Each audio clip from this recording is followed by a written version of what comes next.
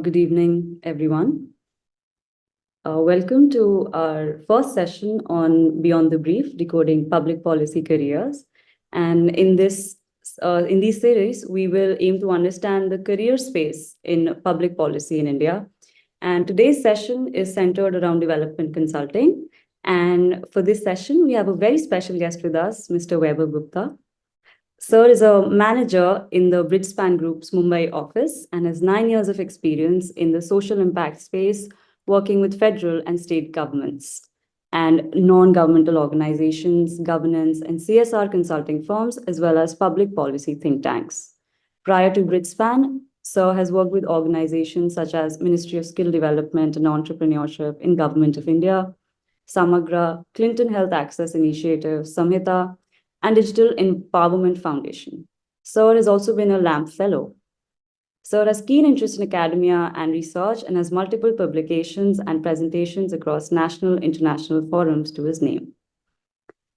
Sir is also completed postgraduate program in management from Indian School of Business, Hyderabad, and his BTech is in engineering physics from Delhi Technical University.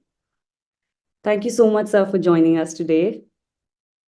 And I'll just get right to it. Could you please share your journey into the developmental sector coming from the engineering background and how the move was made? Yeah, hi everyone. Thank you for having me. I think we can drop sir and just refer me as Vaibhav. I think that would be helpful. Yeah, I think when I kind of started, engineering was a very typical path that most of us, at least in my family, used to take. So I think it wasn't a difficult decision that, basis your scores in 10th, you kind of decide to choose something which is like non-medical, and then, you start preparing for your JEE and other competitive exams. So I don't think there's a lot of thought went into that at that point in time, because the path was kind of decided, for most of us in our family, that this is generally like science and then engineering was something that would happen. And at that point in time, I had no clue of what social impact sector looks like, what are the opportunities here, what is the work that happens in this space. I think the journey started with some of my internships that happened when I was at Delhi College of Engineering. Now it's DTU, so same college. Where I think I went to the Indian Institute of Management, Calcutta, and I was interning with a marketing professor there. And we were trying to arrive at a topic on which we can do some research.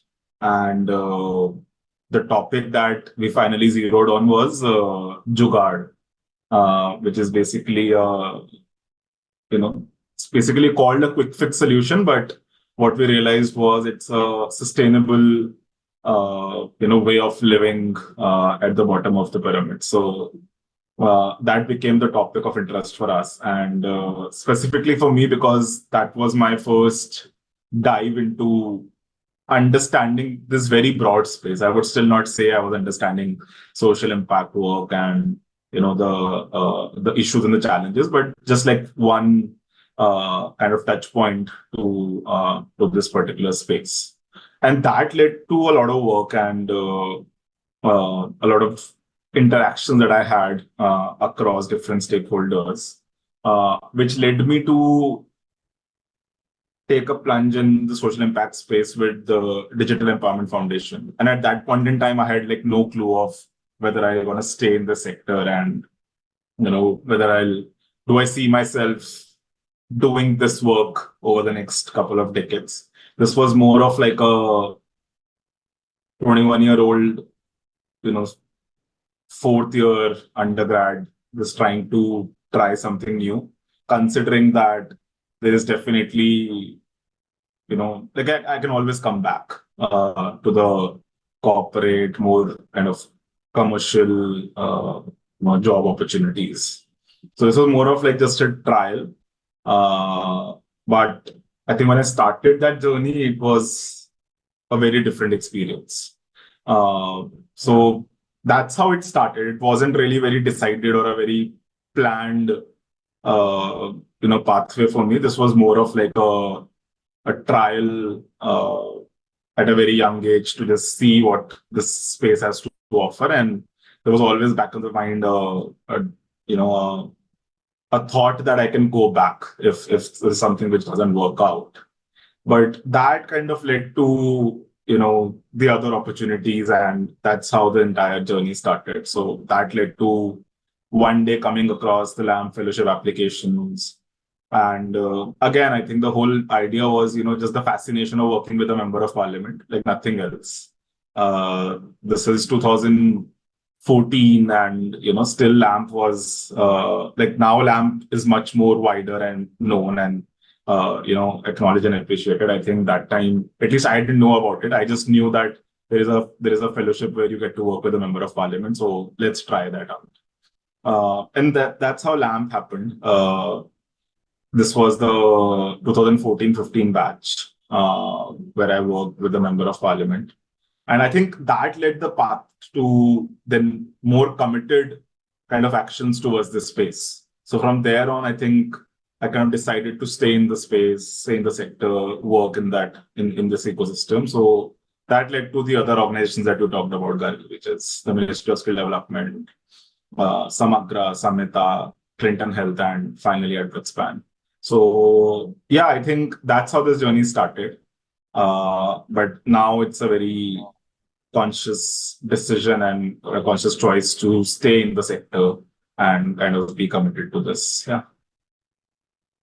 Can you shed some light on your experience in the LAMP fellowship and what kind of exposure it offers to like a young student interested in that? Yeah, of course. I think so. LAMP, I think broadly, I'm assuming all of you would be aware, is like a 12-month, 11-month fellowship where you generally get to work with a member of parliament, primarily to support them in their legislative work in the parliament. So that's the broad outline of what the fellowship, very high level outline of what the fellowship offers. I think the experiences are very, very individual in LAMP, and they are defined by a lot of factors. So the first factor is who is the member of parliament that you work with, how excited he or she is about having a LAMP, and like how involved is the LAMP in their day-to-day working, I think, and how involved they get the LAMP to work on. I think that's one factor. The other is, the dynamics around, is it an election year? Is it a year just after the elections, just, in the run-up to the election? So I think some of those factors also define how those experiences would pan out, because generally, like, it is completely decided by the kind of business that happens in the parliament. So if the parliament business gets wiped off, there are hardly any sittings, or the business is not that exciting for that particular session, the experiences could differ. For me, particularly, I was working with a member of parliament from the treasury side, and he's still a sitting MP. And my experience was really, really rich, because I think for him, a LAMP was a great kind of a resource that he would generally has had, and I think it still continues to have. So he really valued a LAMP support in research and kind of policy analysis, and he would actively involve us in that entire process across all parliament seasons that we would witness. So one would witness generally three sessions in that fellowship. So that, I think, that involvement was really eye-opening, because I think it's basically the charm of something that you have worked upon, and then your member of parliament is going into the parliament that's live on that particular day. Everybody's watching it, and you can see him kind of presenting some research or talking about some research that you have done. It's purely that. I think that's the excitement that a LAMP fellow is always looking for. Whether my research got talked about, whether my questions were answered. So they would. I think that's the whole excitement. I think that's how the Lamb Fellowship started, even for me. Nothing very surprisingly different. But I think after that, it changed a bit because the member of parliament I used to work with was elevated as the Minister for Skill Development in 2014. So I think on conclusion of my fellowship, I kind of joined him as to support him in his executive work. So as you transition from a member of parliament to a minister, the work transitions from legislative to executive. So I think that's the transition that I also underwent from working and supporting him on legislative business to supporting him on executive business. But this is not a norm. So I think I just want to caveat that it's purely incidental that that particular year the cabinet reshuffle happened. He became a minister, liked the work, kind of continued in some capacity. But this is not the norm. So somebody who's considering should not go in with the expectation that I'll get to continue, or this might be my pathway to enter into government. So that's not generally a recommended way of thinking. I think it happened, turned out to me, and I'm kind of grateful for that, but that's not really how it would work. So I think for me, it has been amazing, considering the kind of experience I have had with the member of parliament I was working with. Okay. And what does your day look like in the development consulting workplace on like a day-to-day basis? So I think, if I talk about Bridgespan per se, Bridgespan is it's an equivalent of any management consulting firm, which primarily focuses on issues around social impact. So we take engagements which are in the sector from organizations ranging from philanthropy to CSR to impact investment firms to non-profits. So I think, as I described my experience, think about any top tier premium consulting firm, and that's how the experience at Bridgespan is also. So generally, any typical manager at Bridgespan would be on 1 to 2 engagements at particular point in time. So you start your day with basically meeting your teams on both your engagements. If you're on 2 engagements at the same time, you take a stock of what exactly is your priorities for that particular day, priorities for some of the next few days. It involves a lot of problem solving, brainstorming sessions on a continuous basis, because there is a particular problem that the client has come to us with. Now that problem could be, help me with my strategy, help me with my funding model, help me with my organization on how I deliver over the next 10 years, help me in charting out my impact narrative, help me in revising my approach and my operating model of how I work. So it could be any question that a typical client would come to us with. And this would involve very active brainstorming, active problem solving throughout an engagement. Generally, engagements are 3 to 4 months. It can extend to 7 to 8 months also. It depends upon the scope. But that's generally, how, my first half would go, which primarily would be around brainstorming, problem solving with the team, arriving at what are the key outputs that we're going to create today and, for the next few days. What are the priorities for the end of the week? Are there any critical meetings that are coming up with the client, internally with the partner? And I think the second half is generally around then some of those meetings. So every day there's possibly be some work with the client. There might be a meeting, there might be an update to the partner on the engagement. So it's not very structured that I could put it in like a 10 to 6 or a 10 to 7 scope. It's very dynamic and dependent upon what the priorities for that particular week are. But on a broader level, there are 3 levels of interactions that a manager is expected to do. So one, you are managing a team. Second, you are working with the partner on an engagement. And third is you are managing the client whose engagement this is. So these are the 3 different set of stakeholders that you work with. And with each one of them, the objective is to problem solve towards the question that you started with, in that particular scope and particular engagement. what, according to you, are like the competencies and skills that are needed to thrive in this development sector and maybe give an edge to a young professional? Yeah, so I think the skill set is the exact same skill set that you require for any consulting firm. So it's primarily, basic problem solving, logical thinking and approach, uh, you know, basics of, what we call as technical skills around Excel, Word, PowerPoint, ability to communicate, verbal communication, written communication, ability to draft slides, create memos, create reports, the ability to talk to the partner, run meetings with the client, facilitate conversation, help arrive at an answer, manage a team. So very core fundamental consulting toolkit. That's exactly what is required. There is nothing different in social impact consulting from like a typical management consulting firm. It's exactly the same skill set that is required. The only added or a differentiated thing is like you might have an experience in this particular sector specifically than other consultants who might be working in, let's say, the MBBs and the Big Fours. So it's exactly that same skill set. There is nothing there. Even the recruitment process is very similar. So it's entirely case based. You are expected to solve cases in 4 to 5 rounds, which kind of concludes with a technical or a behavioral assessment final round. But it's very similar to other consulting firm recruitments where you are given cases in each round. You have to solve that, help work with the interviewer to arrive at a particular answer.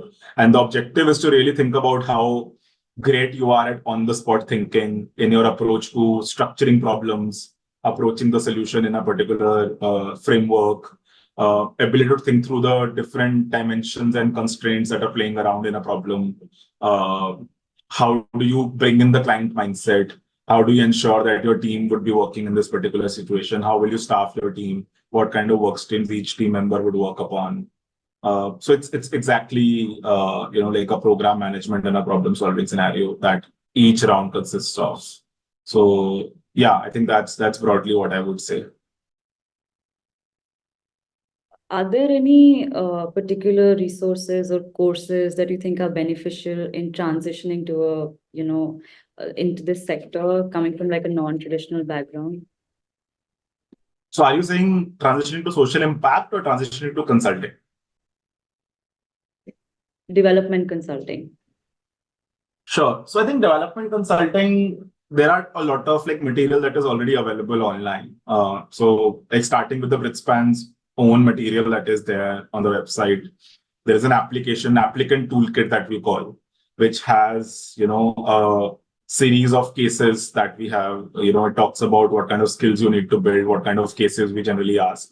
And if you see, all other organizations have very similar toolkits available, from McKinsey to BCG to Bain to everybody. They have these kind of cases and their entire process that is required. So I think from a preparation resource perspective, I think if one can spend time looking at these toolkits, preparing these cases, and getting comfortable with case-based interviews, I think that's the super critical part of it, because that is what you would experience across all consulting recruitments. Apart from that, I think the knowledge of the sector is definitely helpful because the cases are likely to be from the sector. So if you are having a case on public health, I think it helps if you understand the public health architecture of the country. If you understand, sub-centers, primary health centers, what is the transition of different healthcare facilities from a block to a district. It helps to understand how the government is organized into this. What are the different disease priorities of the country? How what is the spectrum in which a disease is looked at? So from diagnosis to screening to diagnosis to treatment to follow up to adherence. So there is a spectrum on which you want to specifically talk about different policies, different implementation processes. So what helps is, I think, if on top 5 to 6 key sectors like health, education, climate, rural development, women's economic empowerment, some of these, if you have like a strong foundation of what exactly is going on, I think that really helps because that will help you solve the case much better. Otherwise, you're likely to struggle with just the basic framework of it, which is very different from your typical like consulting commercial cases, which are more profit or revenue increase oriented, which are still are talked about more. There are more case examples for one to prepare towards. I think in this space, the only thing is the material is there, but it's still not that large. So with that limited content that is available, do practice that, but at the same time, build your capabilities towards different sectors, which are priorities for the country, so that you have that background when you approach a particular recruitment or a particular interview. So I think these are the few things that I would recommend for somebody who is interested in this space. Yeah, I think that's broadly it. Thank you. And how do you think that the job market, the development consulting job market, is impacted by AI? I mean, specifically, if I talk about like social impact consulting, I don't think there is so far any significant impact.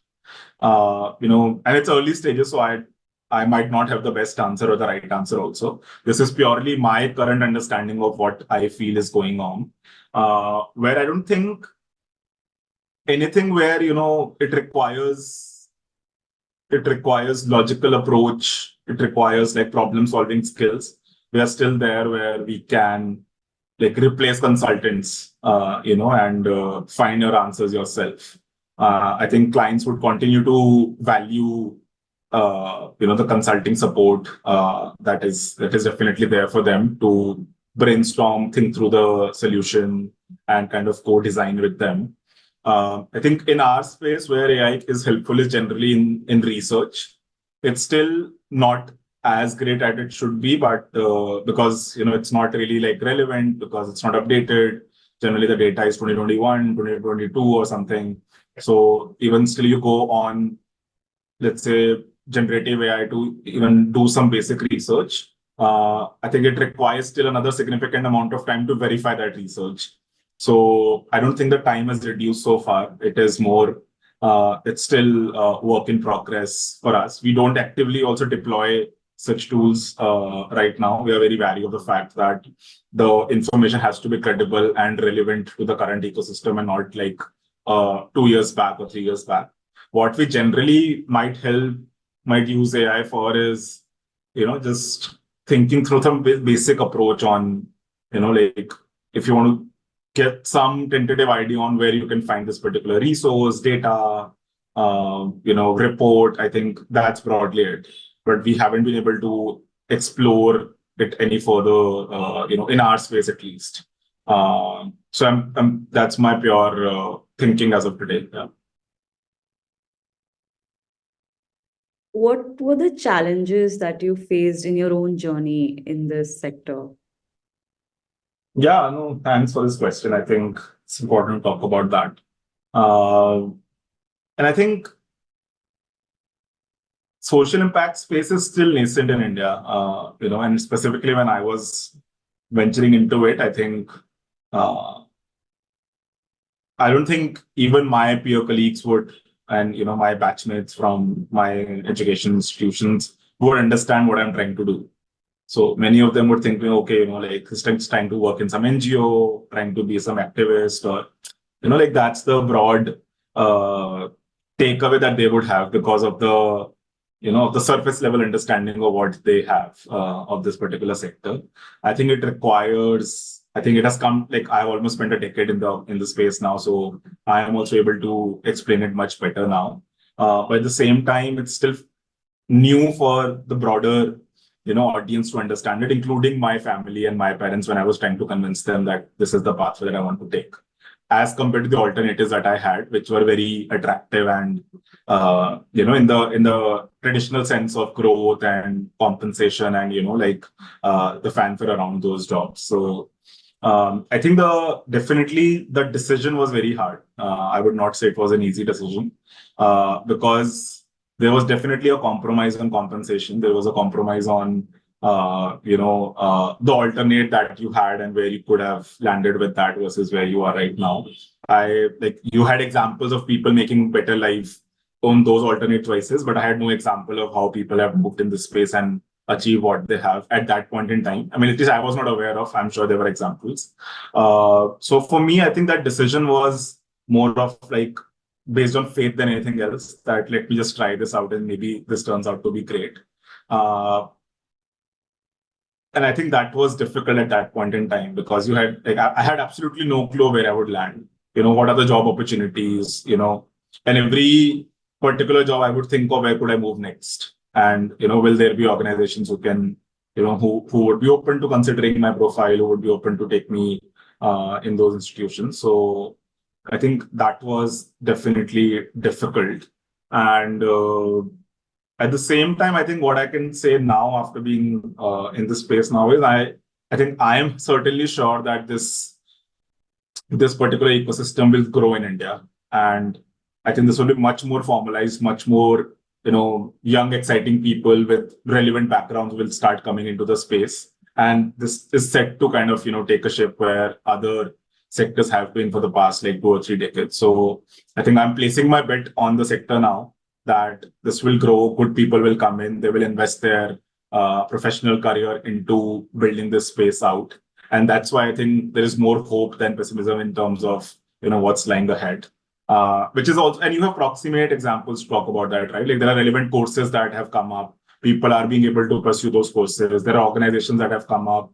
Like in the past, only many organizations have started, many startups have come in who are working in this space. This is getting bigger because, the money that is coming into the sector is increasing year by year. So there are like definitely evidence to say that. I'm not talking out of the blue on this, but like there is evidence to say that this is going to grow. And I think that's the most exciting part about it. So yeah, I think the decision was definitely difficult, but now I'm very, very hopeful that this would be a great journey. Okay. And how do you think young professionals can prepare themselves for like a rapidly evolving workspace? I mean, it's a very broad question. Like, would you want to like specifically talk about what one thing which you want to answer for? In this space only, like the development consulting space it's currently in its nascent stage and it's obviously evolving. So a young professional, how can they be prepared for that, for those changes? Yeah, I think what is important is to be aware of what your options are. And significantly invest time in understanding what you're going through, take up. I think the problem that I have seen is people joining this just because, like I've heard multiple times that, this was our calling. We, wanted to move from commercial, our traditional jobs to, this space. I think I was always committed to this particular, social impact space. They join it and then they leave it in the next 1 year or they leave it in the next 2 years. So I think what is important is to be very well researched with what you are getting into. And your experiences here would be very different from your experiences from your past organizations. The clients here are very different.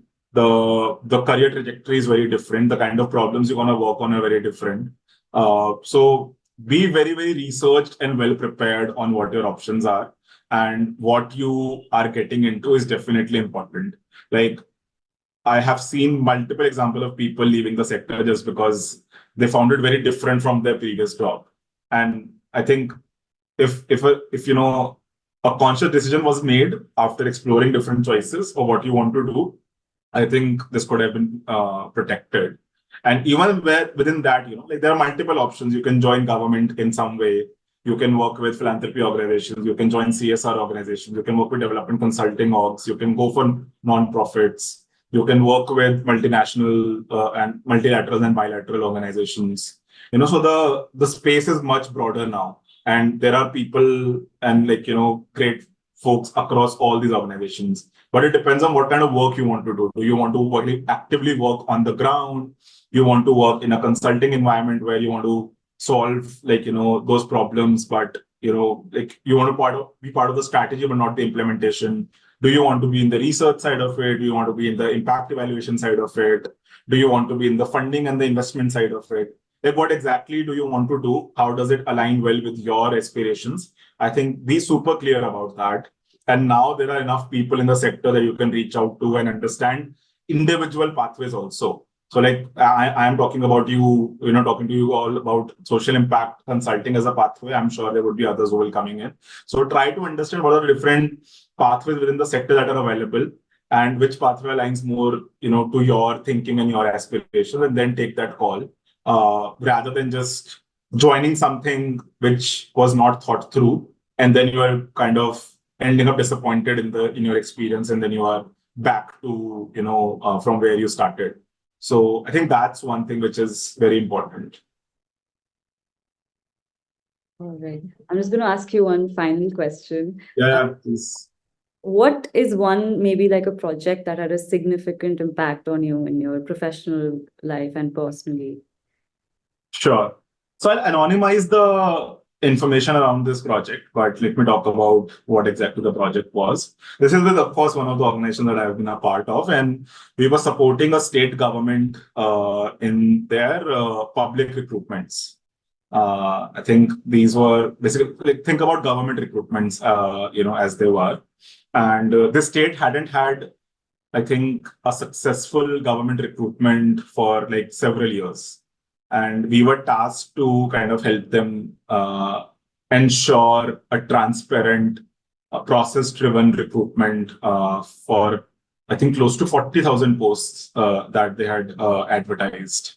I think the experience on that particular project was significant, at that point in time, primarily for a few reasons. One, I think government jobs are aspirations for a lot of people, which became clear to us when 18 lakh applicants applied for these jobs. So I think when I talk about 40,000 jobs, it might still seem slightly smaller, but when I talk about like rolling out a recruitment drive for 18 lakh people, I think that's the project that I'm talking about. And that brings its own set of like dimensions to what all things you need to solve for. So starting from how will you conduct their examinations, to how will you do the shortlisting, how will you interview them. There were 4 different categories towards which we worked. So there was changes in policy, there were changes in the organizational structure of how we're gonna execute. We established and helped build a technology platform which was not available at that time to run the entire recruitment. And then there were some leadership changes and leadership transitions that underwent. So I think all of that led to this entire 6-month to 8-month drive, working with different facets of that particular government. So from the Chief Minister's office to the Staff Selection Commission to the AG's office to the General Administration Department of the government. I think the varied stakeholders that got involved in this process, including the district magistrates of all the districts who had to run these exams and to identify the venues to execute the examination. I think it was spectacular in terms of the stakeholders that were involved in this entire process, the size of this entire execution, and the ultimate impact. So I think I remember the day when the results were announced, and in this particular city, there were some 40,000 families, which came for their sons and daughters to receive this appointment letter. So that was the most impactful and experience for me when you actually saw like real people, kind of getting those offer letters, and that at some point and somewhere you have played that role for 40,000 recruitment. And it's not really 40,000 people, right? It's 40,000 people into like 4 to 5 members of their family. Plus, that's direct impact. Like these people have gotten a job, so better life probably. But it also inspires the entire, region around them. So the village, the community that has faith in the system, has a faith in that, if they work hard, there is definitely a system which is transparent, which is progressive, who wants to, then pursue this particular pathway. So it's also inspiring that other generation and inspiring that, the entire community to look into this as an active option. So I think that's the indirect impact also that it's created in this particular project. So I think this was one project, and I think there are many, like, which I think I can talk about. I think similarly, I had experiences in tuberculosis, experiences in my current organization, where I'm working very actively on creating platform and technology-led solutions for women economic empowerment as a subject. So yeah, I think many of those. Since you asked for one, I think I just chose one, but there are definitely, I think the reason that you stay in the system is because you have these stories to share, and you have these stories to experience, which otherwise, you could never experience. So I think that's the whole idea about it. Oh, thank you so much, Vaibhav. I'm so glad I asked this question because I think it's really important to know the impact that your work is doing. I think it's more important than the skills and competencies that are required and Absolutely. the way we give back to the community. And I think what it does to us as well as humans. So thank you so much for taking the effort and the time to join us today evening.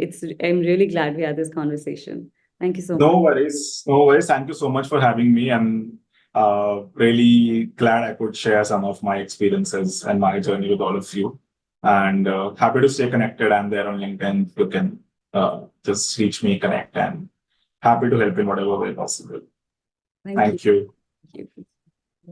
Awesome. Bye-bye. Bye.